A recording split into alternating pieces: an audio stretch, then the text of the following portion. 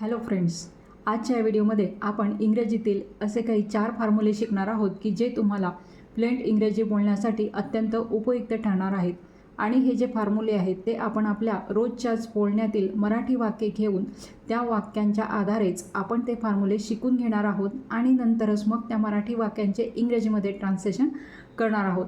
तेव्हा तुम्ही आजचा हा व्हिडिओ स्किप न करता शेवटपर्यंत नक्की बघा आणि व्हिडिओ जर आवडला तर व्हिडिओला नक्की लाईकसुद्धा करा. तर आता इथे बघा, मी इथे फर्स्ट सेंटेन्स घेतलेला आहे की जे आपण बऱ्याच वेळेला बोलत असतो. त्याने आम्हाला त्याच्या लग्नाला बोलावले होते. तर सर्वात आधी आपल्याला काय करायचे आहे की हे जे मराठी वाक्य आहे त्या वाक्यातला काळ कोणता आहे ते तुम्हाला ओळखता यायला पाहिजे. आता इथे बघा, बोलावले होते, होते म्हणजेच हा भूतकाळ आहे हे तुम्हाला समजलेच असेल या मराठीतल्या क्रियापदावरून. आणि बोलावले होते म्हणजेच क्रिया ही पूर्ण झालेली दिसते ह्या 2 शब्दांवरून आपल्याला. म्हणजेच याचा अर्थ काय, क्रिया पूर्ण झालेली आहे आणि भूतकाळ आहे. म्हणजेच हे जे वाक्य आहे ते पास्ट परफेक्ट टेन्समधलं आहे, ज्याला की आपण मराठीमध्ये पूर्ण भूतकाळ असं म्हणतो. मग आता पूर्ण भूतकाळामध्ये कोणता फॉर्म्युला वापरला जातो इंग्रजी बोलताना ते सर्वात आधी आपण समजून घेणार आहोत.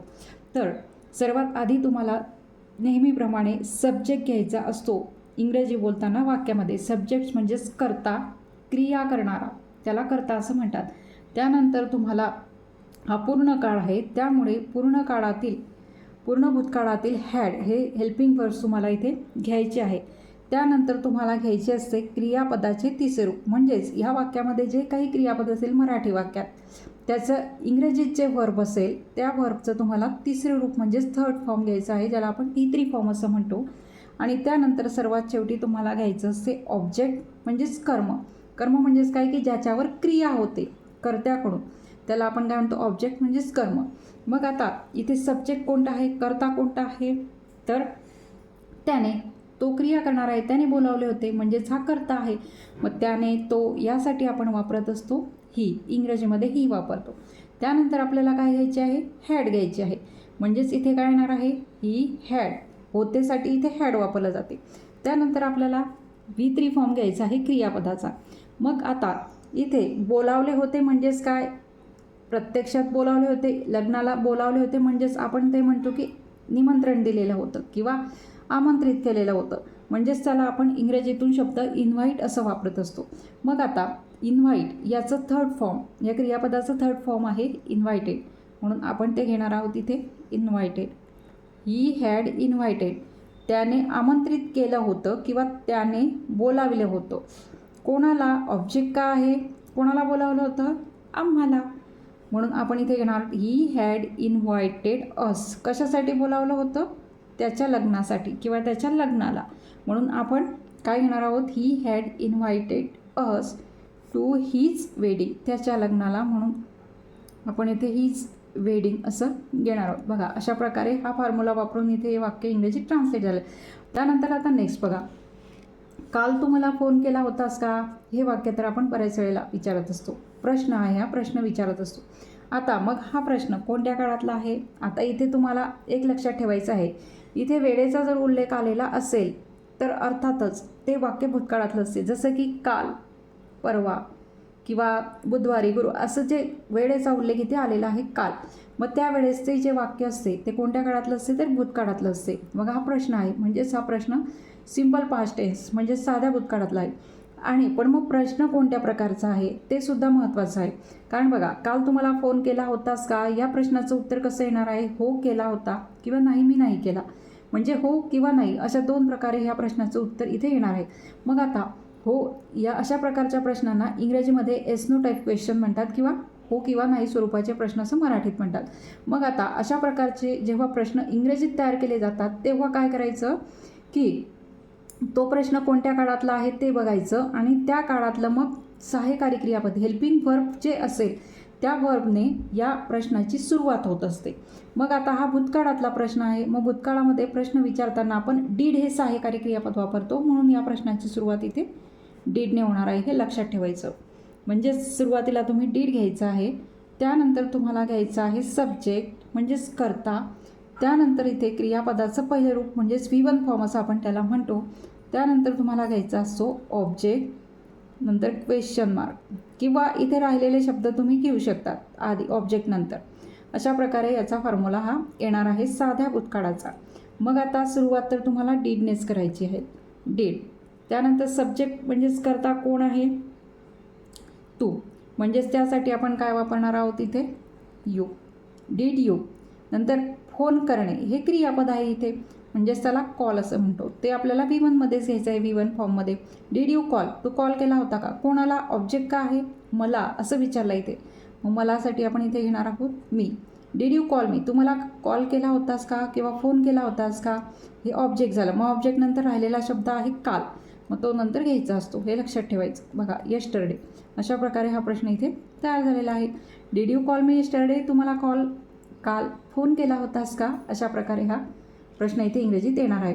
नंतर नेक्स्ट बघा, ते आम्हाला इंग्रजी शिकवत होते. बघा, शिकवित होते. एखादे शिक्षक आपल्याला दिसले, मग आपण दुसऱ्यांना काय सांगतो, एखाद्या आपल्या बरोबरीच्या याला, की ते आम्हाला, हे जर शिक्षक आहेत ते आम्हाला इंग्रजी शिकवत होते. मग आता हा जो प्रश्न आहे, शिकवत होते, होते म्हणजेच हा सुद्धा भूतकाळाचा आहे, भूतकाळातलं हे वाक्य आहे. पण मग काय करायचं, शिकवत होते म्हणजे भूतकाळामध्ये शिकवण्याची क्रिया ही त्यावेळेस सुरू होती, शिकवत होते. म्हणजेच हे जे वाक्य आहे ते पास्ट कंटिन्युअस टेन्समधलं आहे, त्यालाच आपण मराठीमध्ये चालू भूतकाळ असं म्हणतो. मग आता चालू भूतकाळामध्ये जेव्हा आपण एखादं इंग्रजी वाक्य बनवतो तेव्हा त्याचा फॉर्म्युला कोणता वापरतात ते सर्वात आधी आपण लिहून घेऊया. तर सर्वात आधी तर एखादं वाक्य तयार करताना इंग्रजीमध्ये सर्वात आधी तर सब्जेक्टच घ्यायचा असतो. त्यानंतर आपल्याला काय घ्यायचं असते, हा भूतकाळ आहे, त्यामुळे भूतकाळातले जे हेल्पिंग वर्ब्स आहेत, वॉज किंवा वेअर, ते तुम्हाला सब्जेक्ट नंतर घ्यायचे असतात. मग आता वॉज किंवा वेअर हे सब्जेक्ट बघून तुम्हाला घ्यायची असतात, सब्जेक्ट कोणता आहे त्यावर हे डिपेंड आहे. त्यानंतर आता हा चालू काळ आहे, त्यामुळे तुम्हाला क्रियापदाचं ING प्रत्यय असलेलं रूप तुम्हाला घ्यायचं असते. जे काही क्रियापद असेल त्याला ING लावायचा. त्यानंतर सर्वात शेवटी घ्यायचं असतं ऑब्जेक्ट. तर अशा प्रकारे मग हा जो फॉर्म्युला आहे, हा फॉर्म्युला तुम्ही केव्हा वापरायचा, की जेव्हा एखादं वाक्य पास्ट कंटिन्युअस टेन्समधलं असेल, म्हणजे चालू भूतकाळातलं असेल त्यावेळी. मग सब्जेक्ट आहे ते, त्यासाठी आपण वापरतो दे. मग दे नंतर आपण वेअर वापरतो, दे वेअर. काय करत होते ते, शिकवत होते. शिकवणे हे वर्ब आहे, टीच, त्यासाठी टीच हा शब्द वापरतो, म्हणून आपण त्याचा ING फॉर्म घेणार आहोत, टीचिंग. दे वेअर टीचिंग, ते शिकवत होते. कोणाला, ऑब्जेक्ट आहे आम्हाला, म्हणजे इथे येणार आहे अस, आम्हाला. दे वेअर टीचिंग अस, काय शिकवत होते, English. They were teaching us English, ते आम्हाला इंग्लिश शिकवत होते. आता इथे बघा, हे जे दे आहे ते आदरार्थी या अर्थाने इथे दे वापरला आहे, हे लक्षात ठेवायचं. म्हणजे प्लुरल या अर्थाने नाही आहे, ते म्हणजेच ते शिक्षक या अर्थाने आपण ते इथे वापरलेलं आहे, लक्षात ठेवायचं. त्यानंतर आता नेक्स्ट सेंटेन्स बघा, आम्ही मुंबईत 2010 पासून राहत होतो. आता हे जे सेंटेन्स आहे यातलं हे जे शेवटचं क्रियापद आहे त्यावरून तुम्हाला कळलं असेल, होतो म्हणजेच हा भूतकाळ आहे, आणि राहत होतो म्हणजेच काय, राहण्याची क्रिया ही भूतकाळामध्ये सुरू होती, म्हणजेच हा चालू भूतकाळ आहेच. पण त्याचबरोबर इथे केव्हापासून राहत होता, 2010 पासून. त्यामुळे हा जो काळ आहे म्हणजे भूतकाळामध्ये चालू झालेली ही जी क्रिया होती ती 2010 पर्यंत सुरू होती. 2010 पर्यंत आम्ही तिथे राहत होतो. म्हणजेच हा जो काळ आहे तो पास्ट परफेक्ट कंटिन्युअस टेन्स आहे, म्हणजे पूर्ण पण क्रिया झालेली होती आणि चालू पण होती. त्यालाच मराठीमध्ये पूर्ण चालू भूतकाळ असं म्हणतात. मग आता अशा प्रकारचं जेव्हा वाक्य आपण इंग्रजीमध्ये बोलतो त्यावेळेस जो फॉर्म्युला वापरला जातो तो फॉर्म्युला आधी आपण आता इथे लिहिणार आहोत.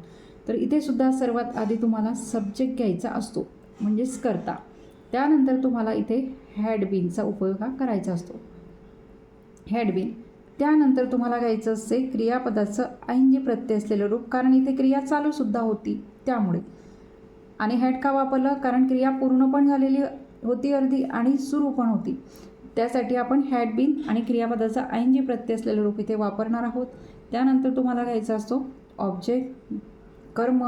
त्यानंतर आता हे जे टाईम दिलेलं आहे इथे 2010 पासून, तर त्यासाठी तुम्हाला प्रेपोजिशनचा उपयोग करायचा असतो, सिन्स किंवा फॉर.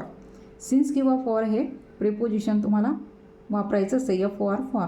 आणि त्यानंतर मग जो काही टाईम दिलेला असेल वाक्यामध्ये तो तुम्हाला त्यानंतर लिहायचा असतो. मग आता इथे सब्जेक्ट कोणता आहे, आम्ही, म्हणजेच इथे त्यासाठी वी वापरणार आहोत. नंतर आपल्याला घ्यायचं आहे had been, we had been. त्यानंतर आता क्रियापद कोणतं आहे, राहत होतो म्हणजेच राहणे, लिव म्हणजेच राहणे, मग त्याचं ING form living. We had been living. कुठे राहत होतो? ऑब्जेक्ट काय आहे? मुंबईला राहत होतो. म्हणजेच इथे काय येणार आहे? मुंबईमध्ये किंवा मुंबईला. इन मुंबई. बघा, we had been living in Mumbai. आम्ही मुंबईला राहत होतो. केव्हापासून दिलं इथे? 2010 पासून. मग आता सिन्स वापरायचं का फॉर? तर सिन्स हे निश्चित वेळेसाठी वापरले जाते आणि फॉर हे केव्हा वापरायचं? जर अनिश्चित वेळ दिलेली असेल तर त्यावेळेस तुम्हाला फॉर हे प्रिपोजिशन वापरायचं आहे. मग इथे निश्चित वेळ दिलेली आहे की 2010 पासून, म्हणून आपण इथे काय वापरणार आहोत? सिन्स. सिन्स हे प्रिपोजिशन वापरणार आहोत. सिन्स 2010. बघा, अशा प्रकारे मग हे वाक्य इथे येणार आहे. We had been living in Mumbai since 2010. आम्ही मुंबईत 2010 पासून राहत होतो. आता बघा, इथे नेक्स्ट आहे, तुझ्याकडे गाडी आहे का? हा क्वेश्चन आहे. तर हा जो क्वेश्चन आहे तो कोणत्या काळातला आहे तो तुम्ही ओळखला असेलच. तर हा जो क्वेश्चन आहे तो इंग्रजीमध्ये ट्रान्सलेट करून त्याचे ट्रान्सलेशन तुम्हाला कमेंट बॉक्समध्ये लिहायचे आहे. आता इथे गाडी म्हणजे तुम्ही बाईक, कार, स्कूटी काही पण घेऊ शकता. तर अशा प्रकारे हे ट्रान्सलेशन मग तुम्ही आता कमेंट बॉक्समध्ये लिहायचं आहे. तर अशा प्रकारे आजचा हा व्हिडिओ तुम्हाला कसा वाटला ते सुद्धा कमेंट करून नक्की सांगा. आणि व्हिडिओ जर आवडला असेल तर व्हिडिओला नक्कीच लाईक करा, शेअर करा. थँक्यू.